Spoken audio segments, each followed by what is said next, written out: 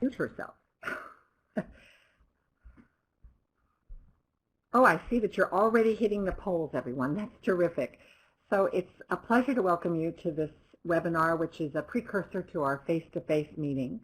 And in order to get a little bit better sense of, for you and for me and for everyone else who's tuned in, we'd like to have you check which and you can have multiple, which jobs you would associate with yourself. Are you an ESL teacher, an ABE teacher, high-tech teacher, coordinator, administrator, career pathways navigator, advisor, or other? And I'm going to make this a little bit larger so that you can see all the options.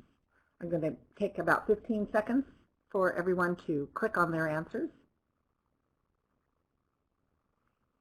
And you can see what's happening as it's a live view.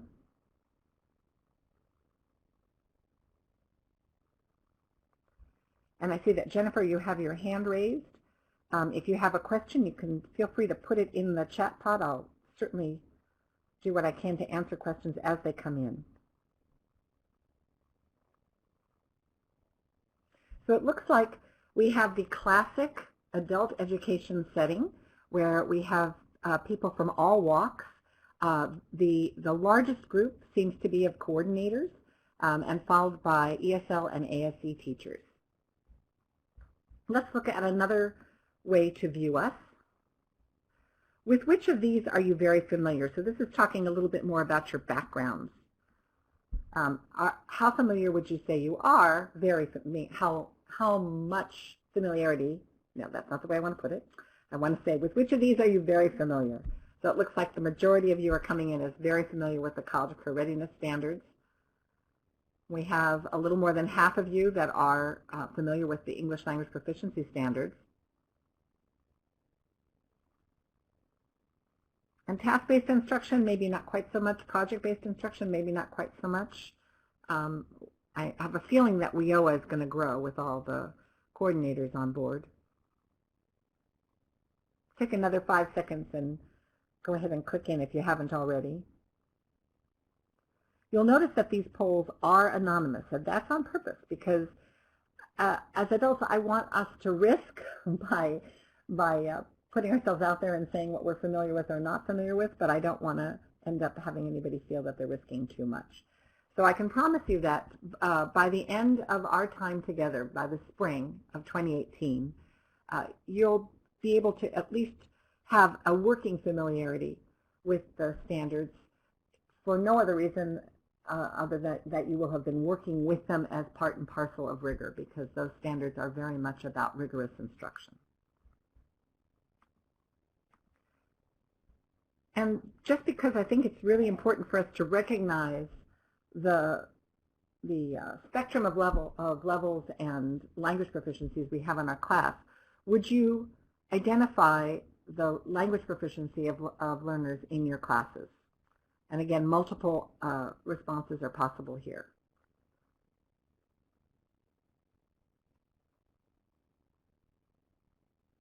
So you can see that we have a large number of participants whose students are somewhat proficient in English. We have a few that have no proficiency or not at all proficient. And we have participants whose learners are native speakers, or some of whose learners are native speakers.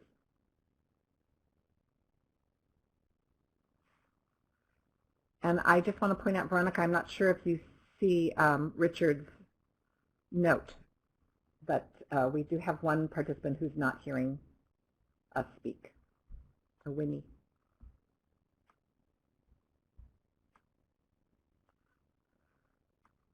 So it's really very important for us to recognize that in adult education, much in the same way as our learner populations are diverse, when we do professional development, our needs as instructors are diverse.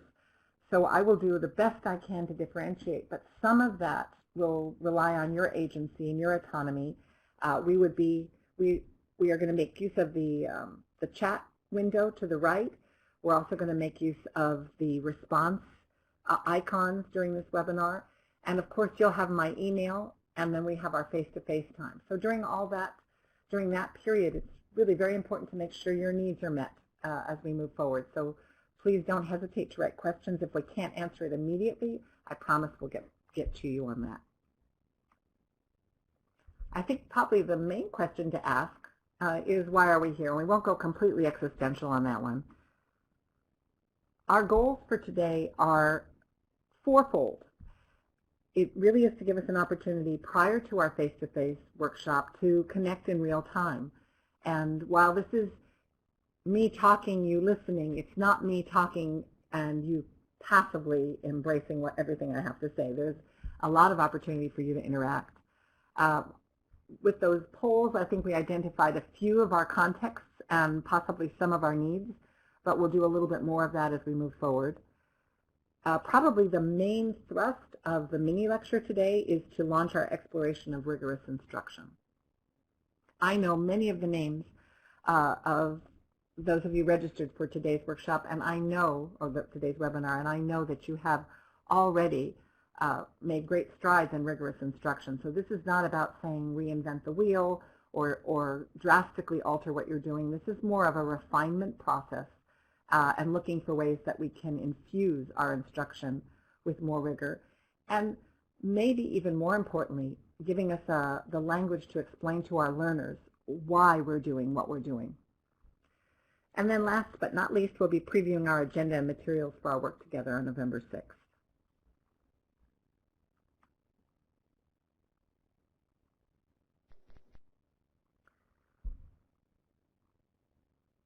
Anybody have any questions that they want to pose in the chat pod? Oops, let me get to this. We started at the end of our presentation. That's interesting. It's important to do processing time. Well, in terms of setting up our contexts and understanding that we have different populations from participant to participant, could you take about 30 seconds or so to type in goals that you know your learners are working towards in your classes? So Kathy's put in right away to learn English, and maybe Kathy, we could have some ideas about the rationale for learning English. Why are they moving in that direction? What do they want to learn English for? Terrific. And then maybe Sam, think about why do they want to complete their HSE?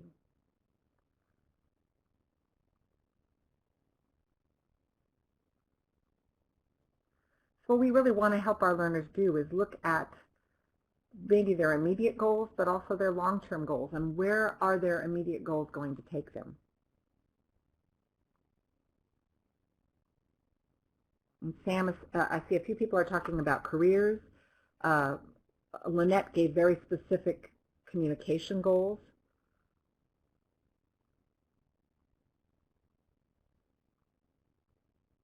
And Kathy brings up the important point of working with their children. So when we are working with WIOA, we're really looking at a lot of contextualization for work and career pathways.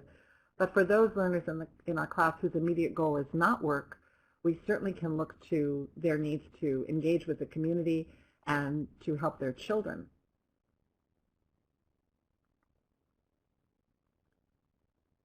Yes, Kathy, I understand. And everyone, as you type, and if you want to see what other people are saying, or if you've missed something from above, the scroll bar on the right side of that window moves up and down, and that allows you to see what other people have said.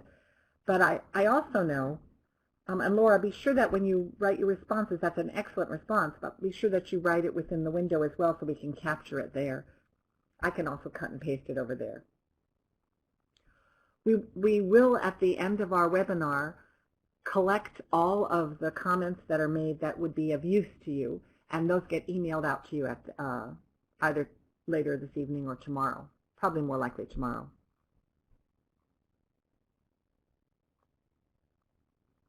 And I think that some of you are seeing to your technological needs by typing in both places because you want to be able to get it in there, and I can appreciate that.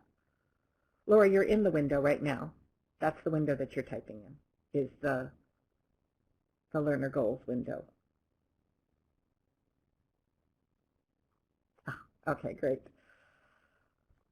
I'm going to let Betty and Benicia and Lisa finish typing, and then we're going to, oh, that's not Benicia, it's Betty at the library. We're going to go to another concept, which is we know what their goals are, but do we know what skills they need to achieve those goals? So think about that for a moment, and then let's type in our ideas on that front.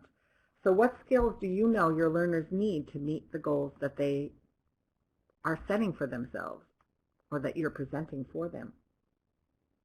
And let's try to be as specific as possible. It's really, obviously English is speaking English, writing English. Those are goals, general goals. But what kinds of specific goals? Specific skills.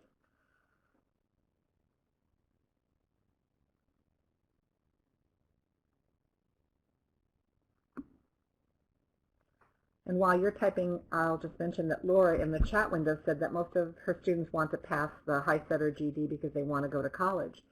It's really important for us to know, what do they want to study in college? What's their end goal? And maybe not even their end goal, but their career pathway, that their interests, because that's a way for us to get more buy-in for some of the harder, more challenging academic skills, is to touch on the interest and the content that is high interest for them. So I'm seeing a lot of writing skills. Lynette made the point of critical thinking, which is key. Again, maybe not so much that they need critical thinking skills, but they need to know how to express them. See a lot of interest in writing skills. Laura has a great point about asking questions, being able to ask questions. And Crystal points out math skills, and we are looking at the importance of integrating math skill development or work with mathematical thinking throughout adult education, starting in literacy level ESL and moving all the way through.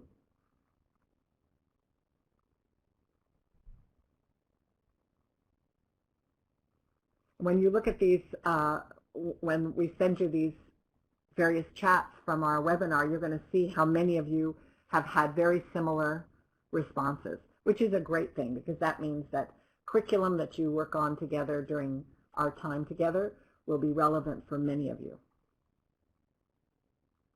Oh, Patricia, that's really interesting. Can you talk a little bit more about facilitation skills, meaning with teams? I'm wondering.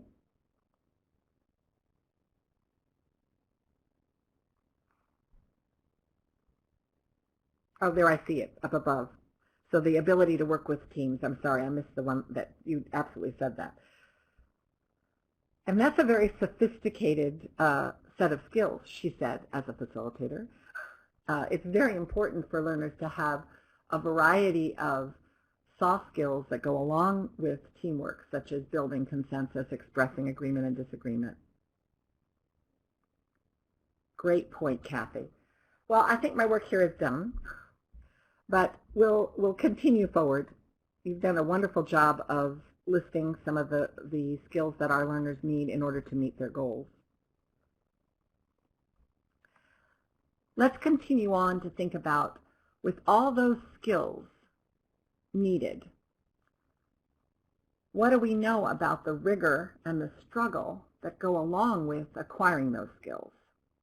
And then hopefully the success that our learners experience as a product of that rigor and struggle.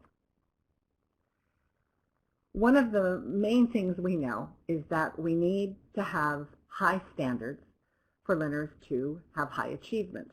And so the definition of academic rigor is that it's challenging students to meet those high standards and high expectations. But if you notice on the last two lines, I think that's equally important. Along with high expectations and high standards come really critical supports, because we don't want learners in the vortex of high frustration. We want them challenged. We want them to have some level of struggle, and we'll talk about what that means from the mind-brain education perspective. But we really do want to provide supports or scaffolds. I really liked this quote as an example of why we are doing what we're doing. I'll give you, actually, for those of you that aren't seeing it, that are on the phone, I'll read it. An exercise is a question that you know how to resolve immediately. Whether you get it right or not depends on how expertly you apply specific techniques. But you don't need to puzzle out what techniques to use. In contrast, a problem demands much thought and resourcefulness before the right approach is found. And I would add that the right approach could be different for different people. So rigorous instruction goes beyond the exercise and the technique for finding one answer and getting the right answer. Rigorous instruction is more of a challenge because it's problem posing and problem solving.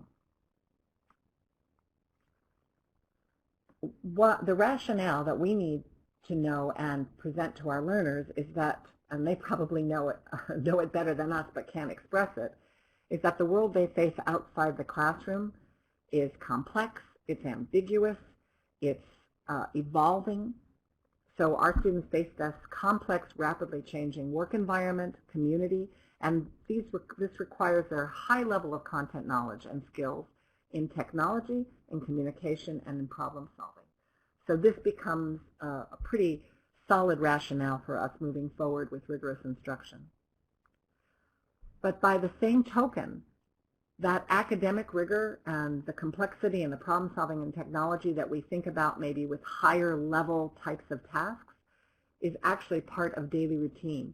And Betsy Parrish points this out by saying that rigor is part of everyday literacy tasks. You know, when you have to selectively read your mail, listen and take notes on messages, when you are assisting your child with homework, or attending a neighborhood meeting or a school meeting, or interacting with teachers, or making healthcare decisions. That last one is huge.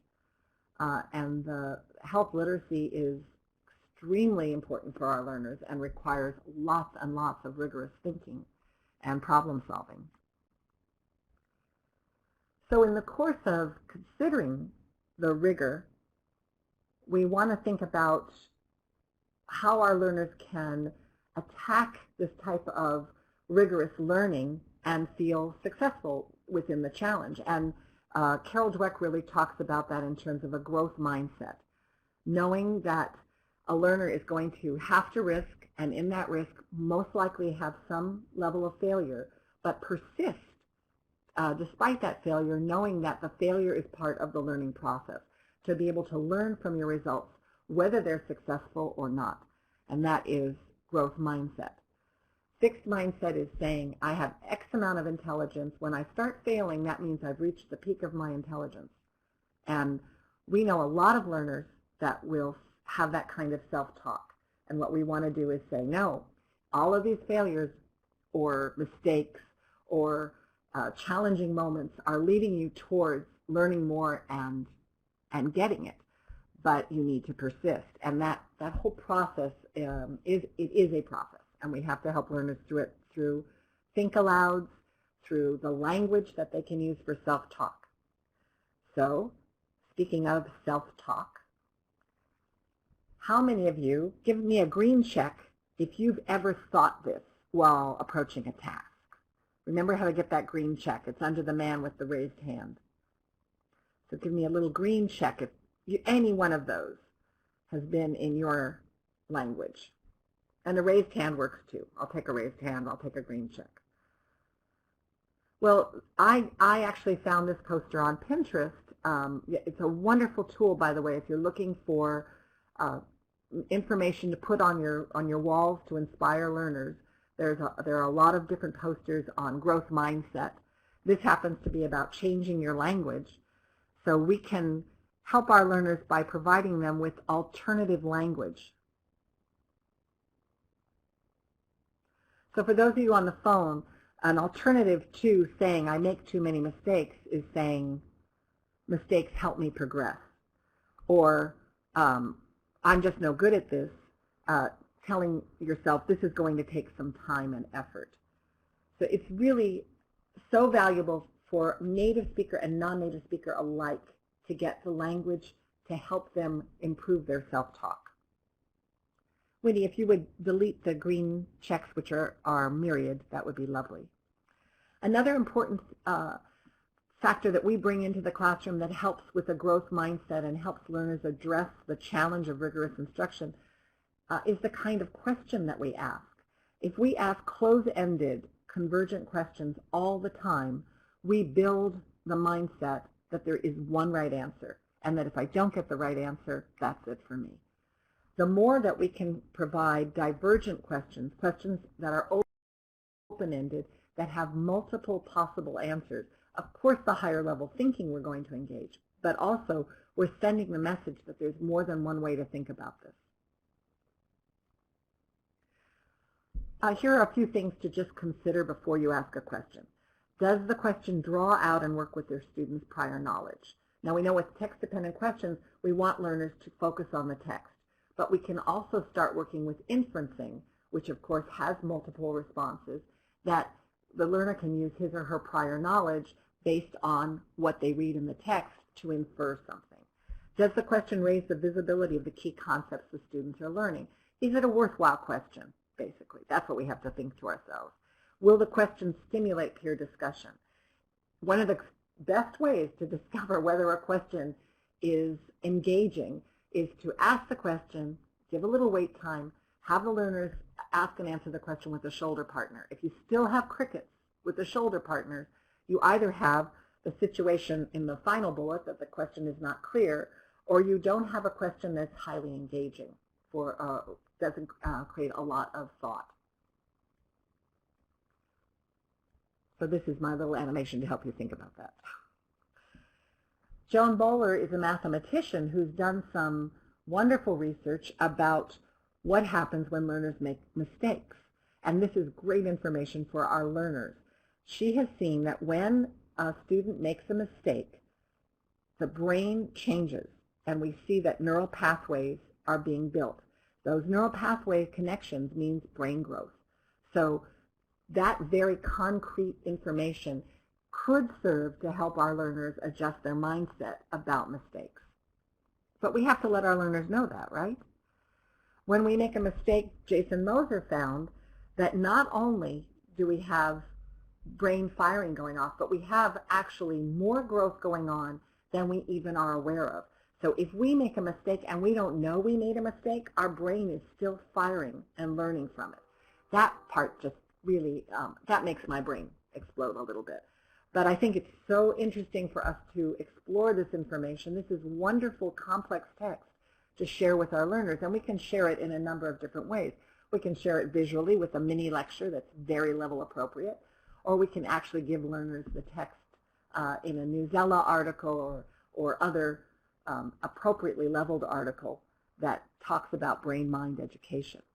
Learners as adults, even as kids, have the right to know why they're learning the way they're learning. Now we've talked about the rigor and the struggle and the success that can come through the struggle, but how do we even get to the point of talking about rigor in the first place?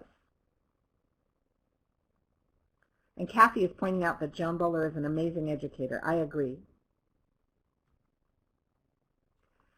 So as we're going forward with this little part of the lecture, I'd like you to think about, what am I saying that you already know? I mean, I'm looking down this list of names, and I know that some of what I'm sharing here is not going to be new to you.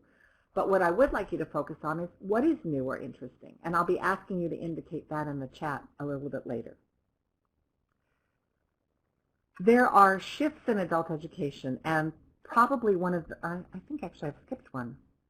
No, I guess not. There are important shifts in adult education, and one of the very first ones that we want to consider is this integration of content areas. We all used to be in our silos, and we must move from them in order to really serve our learners, to help them transition. English language instructors need to know what CTE instructors are doing and what academic instructors are doing, and vice versa, if that can be done in a third way, vice versa. Our content areas are now merging. So we know that if we're teaching English language, we're going to teach civics education and career training and science and math along with language development. But that's also going to be happening in ABE classes and HiSET classes, career and contextualization topics are going to come in as part and parcel of what we're teaching. So we're no longer in these very discrete boxes, and that really will serve our learners well. In order to help serve them even better, not just the content, but the skills to transition from level to level to level to content area or context to context need to be taught from literacy level with ESL all the way through high set. So we need to really see these skills. We need to revisit these skills with the language that's appropriate at each level. Now, in the past, we've done a lot of intentional instruction, but maybe not so much around how to be sure that we can identify our learners' higher level thinking, the higher order thinking skills. So we are really asking the learners to demonstrate those skills throughout. Maybe it's with one question. Ideally, it is with one question, because we want the learners to dive deeply and move beyond formulas and rote memorization. So we can have a few questions in a lesson that are eliciting the facts and the details of the concepts that we're sharing. But then we want to get the learner into the higher level thinking, and that really will engage them more in the process. And you can see from these 3 bullets, we are talking about getting into close reading, but that also takes into account close listening and close visualizing. So at the lower level, we're looking at pictures, and we're doing the same kind of analysis that we'll do with text moving up through the adult levels. One of the big shifts that's happened is this concept of when we introduce content. So it used to be you must become completely English language proficient, and then we'll start with content. And that's no longer the case. Our adult learners need to learn more, so they need that layer. We don't want them staying in ESL for 5 years and then 5 years in ABE. Well, that's actually too much in ABE. But we don't want them leaving our programs and then spending time in developmental ed in a community college or a post-secondary training situation. So we really want to provide content and language development and skill development at the same time. Now, I believe that some of you will recognize these shifts. This is a shift that comes from the College of Career Readiness standards and is also part of the English Language Proficiency Standards, which is that we are prioritizing content-rich informational text. We're emphasizing academic language. And you can see that we're talking about teaching it explicitly and encouraging production and choosing texts that have that academic language. We're also looking at academic discourse. And then we're focusing on textual evidence. So we're requiring that learners use the information in the text to support their claims. So that same concept that I spoke about earlier, where we're asking learners to infer from text or from a picture or from a video or an oral passage, they still have to point to evidence in the text that supports their inference. And they can blend that with their own evidence from their prior knowledge. But we want that textual evidence. So as I mentioned, the source of these shifts is in the College and Career Readiness Standards. And these standards are signaling an upward shift in the knowledge and the skills and the abilities that we know learners have to develop, and acknowledging the increase in language demands, as well as helping us identify the specific language and analytical practices that the learners have to perform. Now, it looked like a number of you were very familiar with the College of Career Readiness Standards, but also an equal number were not. So when we get to the end of this webinar, there is a download of some material on the College of Career Readiness Standards, and I would really ask that it's very brief, it's not the whole booklet, but I would ask that you read and familiarize yourself with that, because our face-to-face session does presuppose a certain familiarity with the basics of the standards. You certainly don't have to know all the standards, but understanding the shifts is very key. Those of us in ESL know that the standards were written for all adults. And that's very key, because that means that the expectation was all adults, non-native and native speaker alike, need the skills and strategies that are identified in the CCRS. But the English Language Proficiency Standards are giving us the language lift that the learners are going to need, the supports and scaffolds that learners will need to reach those skills to achieve those standards in the CCR document.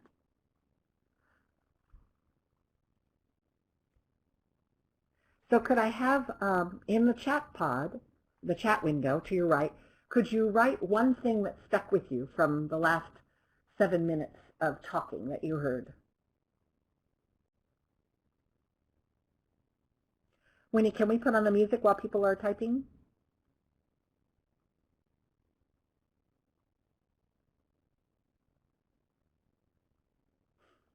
Yes, Sarah, that's Joan Buller is an excellent idea. Oh, you prefer no music. Okay, well, we won't put on the music. Never mind. Did you hear that, Winnie? No music. Yes. Okay.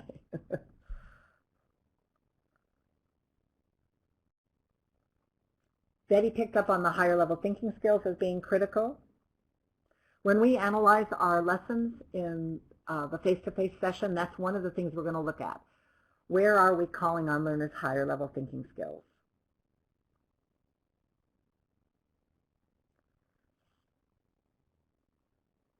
Yes, and Mary's pointing out the importance of textual evidence. I think that's one of the things that from a language perspective is so valuable for the learners because we're not asking them to create things out of whole cloth. They get to go into the text and find exactly where their answers are. But we want to move away from regurgitation. Once they've found that answer, we want to have them start processing. And that Jennifer is bringing that up with the idea of moving away from rote memorization. Now, we do know that for language learning, a certain amount of practice of forms and well, I'm just going to say language forms is critical, but we don't need to necessarily be doing that during our class time. We can provide learners with apps or tools to use outside the classroom to help them do the drilling. We can get them launched on that, but we don't have to spend all our class time there. I'm glad that Tamika, I think I might be pronouncing it right, or Tameka, is pointing out that the brain-mind education is something that is worth thinking about.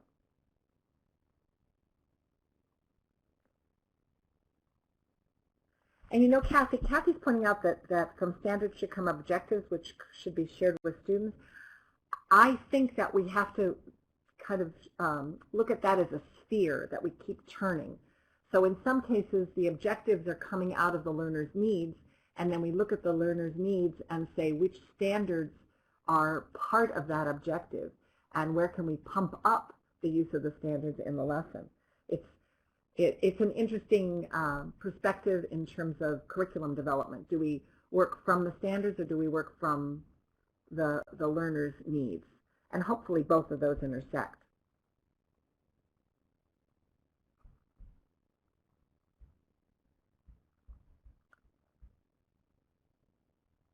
And Maricela is pointing out again the idea of high expectations along with the growth mindset. Exactly, Kathy. So Kathy is saying that we work from the learner's needs, but we use the standards to guide what we're teaching. And I think the standards become our touchstone when we look back at our lessons and say, are we moving them towards these standards that will make sure that they have the skills they need to transition into the schooling or the workplace that moves them towards their goals. So I'm hoping that from this little time together, my voice and my hesitations, that you've taken away something of a definition for rigor and some awareness that we all have to have that rigor encompasses struggle that leads to success, that it's not rigor to success, that there's a process there. Also, that the shifts are very much a part, the instructional shifts of the 21st century are very much a part of the rigorous instruction that we are implementing in our teaching, and that those shifts are seen concretely within the standards, so that our work together on the 6th of November will be incorporating these concepts. We'll get more concrete and more lesson-oriented. We've kind of gone into the ether with a little bit of this, but I think it's an important ether to hang out in, because if we don't really know the thinking behind what we're doing, it's more difficult for us then to explain the rationale to our learners. And as adults, our learners deserve that.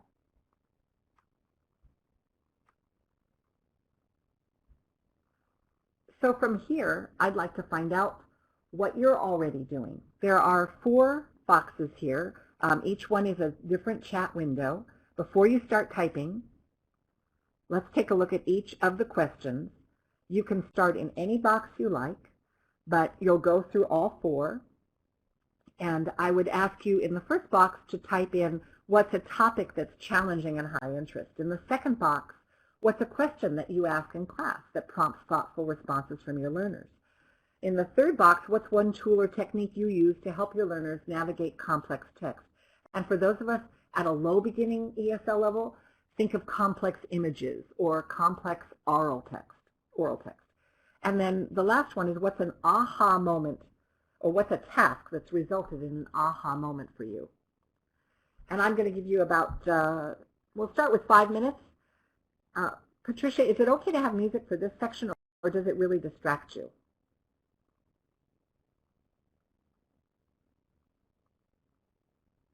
Thank you, because this would really be very quiet otherwise. So those of you who do not want to hear any music, just turn it down on the scrub bar in the lower right part of your screen, right next to the chat window. Patricia, you actually can turn it off so you don't hear it, and that won't mean that you're turning me off. You're just turning the volume of the music down. And we're going to set the timer for 5 minutes and type away. And this is a wonderful opportunity to share your prior knowledge and your skills with your colleagues. And it's rigorous because it's timed.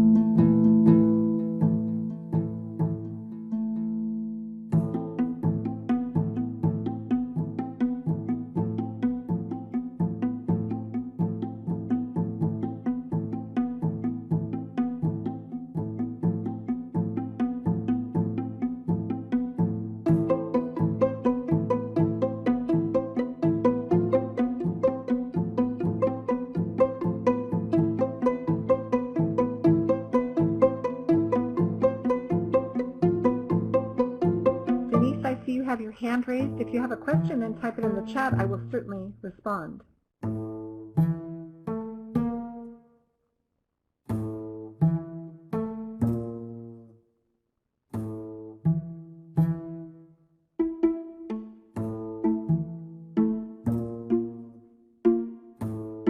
We have about 1 more minute.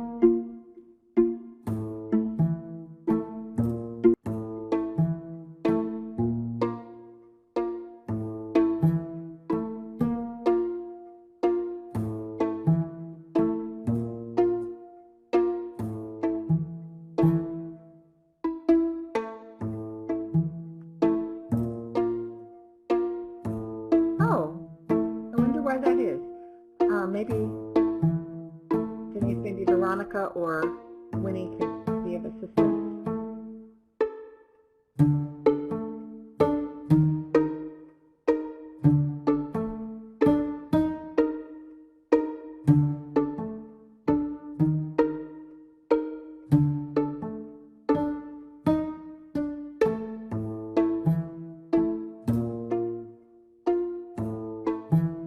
Great.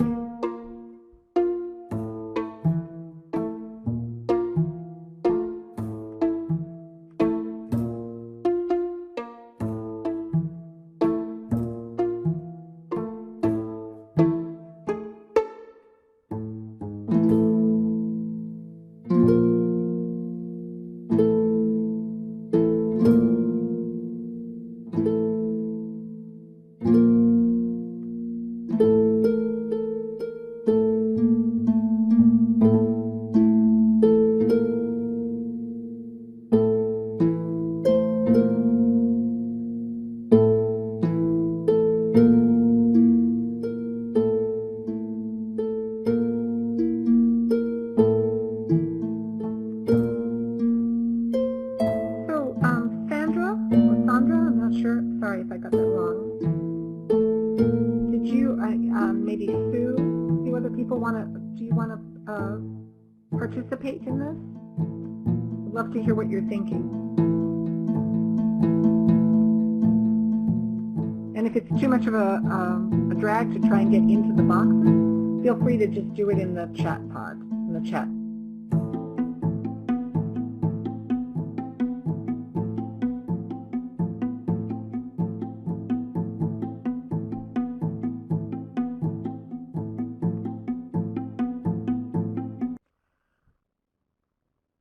That's 5 minutes, but I'm going to keep these up while we talk about them. So if you want to add, you certainly can as we're working. In a classic adult education situation, we have some participants who are lurking and some who are typing in, and that is just classic. So I have to figure out how to make this a little more engaging. That would be on me. But it's also really terrific because once we finish the webinar, each of these windows will be shared with all of you, so you'll have some of the ideas of your colleagues. I'd like to start with looking at the topics and pointing out the wide variety of topics that have come up, and some are very specific content-oriented topics like visiting a doctor or current events, a lot of employability. But we also have things like academic vocabulary or close reading or algebra, which are very broad and actually quite wonderful because that means that anytime those things come up in the class, and they would come up multiple times, you would be really engaging your learners, which is terrific. I'd also like to point out the questions that we have. We have some wonderful questions. How can you use this in your daily life? That's Patricia's, and that is just such a key question because it points right to relevance, which is one of the main adult learning principles. And it's a great way to sum up when you've done a lesson. So that's a great takeaway. The Tamika's tell me about a time when you, and how did you handle it, and what would you do differently, is again building on the relevance. We of course would want to establish all the textual evidence before going into these questions because we want to privilege everyone in the class with the experience of the text. And then having the question of what advice would you give a person in this situation allows the learner who maybe hasn't had the experience to apply his or her knowledge to it. Again, we have a how does this relate to your life, which is relevance. We have a lot of relevance questions. But when we get to crystals, we're talking about looking at something and inferring what's happening in there. So that would, again, be calling on the evidence in the image or the cartoon. Jennifer's also doing a great summarizing question. So what I'm seeing here as I'm going through is a combination of very personal questions that keep going back to the content that they've been studying, which is really key. So if you're asking how does something make you feel, it's divergent, but you are talking still specifically about the image or the text that the student has read. So that's just terrific. And then if we look at the ideas for the different tasks, I thought that Sam's point about geometry, that thinking geometry was hard, but now they get it and actually like it. I'm not sure, Sam, if this is your response or the learner's response, but either way it works because we're all adults. I think when we think about tasks, we maybe want to think in terms of tasks in two ways. One is like a task framework. So, taking a learner through a task step by step. And the other is the task itself, what we're actually asking the learner to do in each step of the task. So if there's listing, brainstorming, if there's categorizing, if there's telling a story or narrating a sequence, these all come under the category of tasks, different types of tasks. So we'll be talking a little bit more about that when we get together. But I think as you scroll through, you can see one of the things that Lynette mentioned was the finding errors in a competitive game. The idea of editing as a task is particularly appealing to students, especially if it's not their own work. Being asked to find errors in other people's work, not necessarily their peers, but is a very engaging type of task, and a lot of learning comes through looking at other people's mistakes. And then you build up a little less resistance to looking at your own mistakes. Thank you, Sam. So you were speaking from the learner's perspective. In terms of doing this particular task, we were brainstorming and listing. So now I went through and tried to categorize. It was a little hard to do on the fly, but I was taking some notes, and so I definitely was able to do it a little more effectively with the topics than with the questions. But that is brainstorming is more at the recall level, and then once we start categorizing, we're moving up to analysis and to some degree evaluation. So I'd like to ask you to evaluate which of the 4 questions was more meaningful for you, engaged you more, allowed you to say something that was more meaningful. You can just put the number in the box if you want, or actually just write topic, questions, complexity, or task. So in the chat window, indicate to me which of these 4 boxes was more meaningful for you, which of these 4 questions was more meaningful for you. And the problem is, Sam, number 2, I'm thinking number 2 is questions, but we're going to number them. 1 is topic, 2 is questions, 3 is complexity, 4 is tasks. So you can either type the name or the number. Thank you, Sam.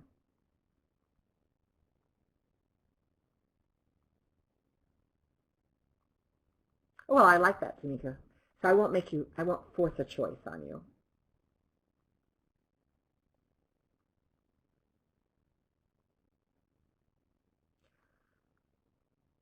While you're choosing, let me point out that I gave you voice and choice in this task.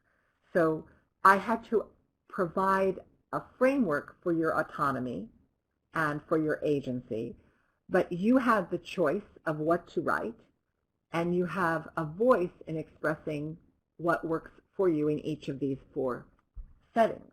So choice and voice is a very important part of rigor. We need to allow, in light of the challenge that is part of it, we need to be sure that we're also including learner agency, and that's something that we will address together on November 6th.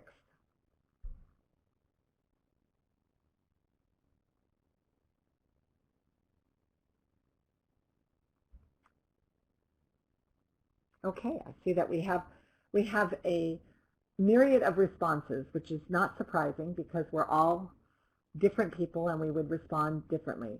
So that's another reason for choice, making sure that learners have options that will potentially engage them more than maybe one of the other options that you had available.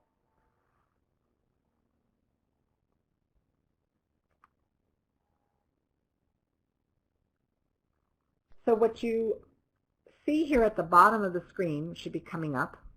Let me go back here. For some reason we are not starting at our beginning. What you see here at the bottom of the screen are two windows that allow you to download or connect to links that you, documents and links.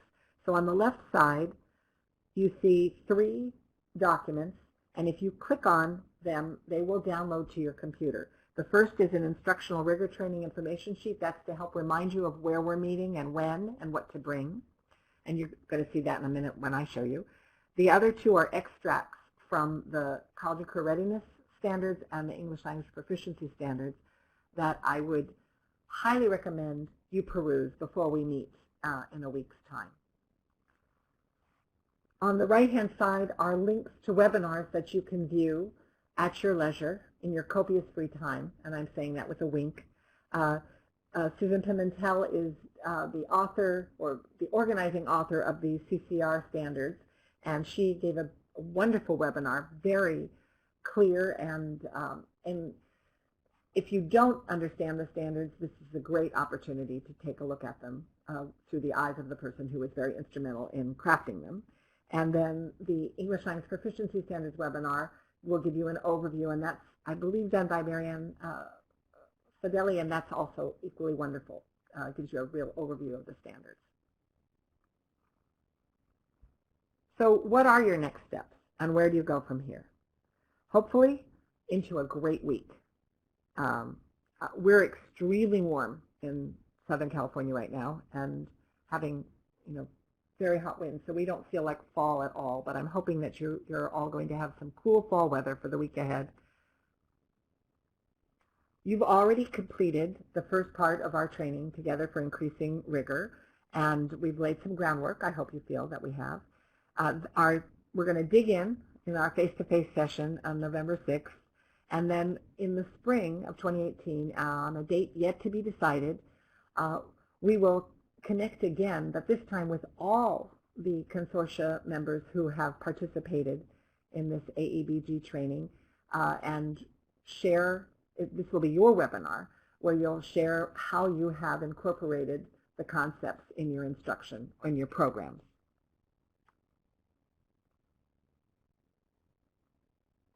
Lynette, that's a great question, asking about whether confirmation of the in-person meeting means that you're signed up. I'm going to check quickly to see if you're on my list. And I'm not seeing you, so I think you probably do need to sign up, and Veronica and Daryl will help you on that, I know. Because we're adults and we need to know what we're getting into, and it's very risk-free, I promise. Here's our agenda for the 6th. I'll give you an opportunity to experience rigor firsthand. I know that thrills and delights you. We'll look at correlating rigorous instruction to the standards, so you'll have an opportunity to work a little bit with the standards. As I say, we're not really, this is not a workshop on the standards, but of course they underpin a lot of what we're doing. So we do want to make sure that we're correlating and corresponding to them as we go along. You'll have an opportunity to read about some rigor myths and strategies for incorporating rigor.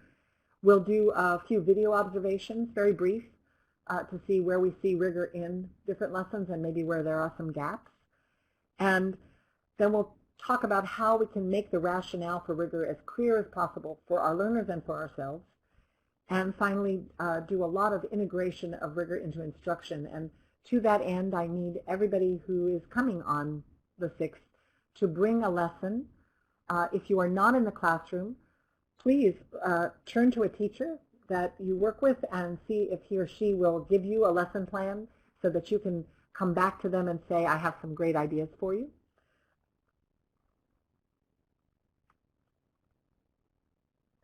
And prior to coming together on the 6th, as I mentioned, please view the webinars if you're really unfamiliar with the CCRS or EOPS, and read the introductory material that is provided below. And then when you come to us, bring the lesson that I mentioned, or a practice task. Even if you don't have a complete lesson, a practice task is good to refine as well. And it should be something that you're planning on teaching so that you can work with it. And then a device would be great. We, of course, can share devices in Teams, but if you have your own device, it would be wonderful. I'd like to give you the opportunity to collaborate if possible, but certainly to use a few tools that I'll be sharing.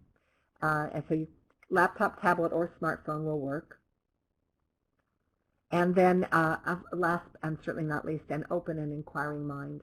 I know that it's really easy to have a certain amount of, oh yes, show me, prove it to me, but I know everybody on this list, just by virtue of being here today, is someone who's open and inquiring, and that's probably the best way to approach rigorous instruction. It's certainly the best way to approach rigorous learning.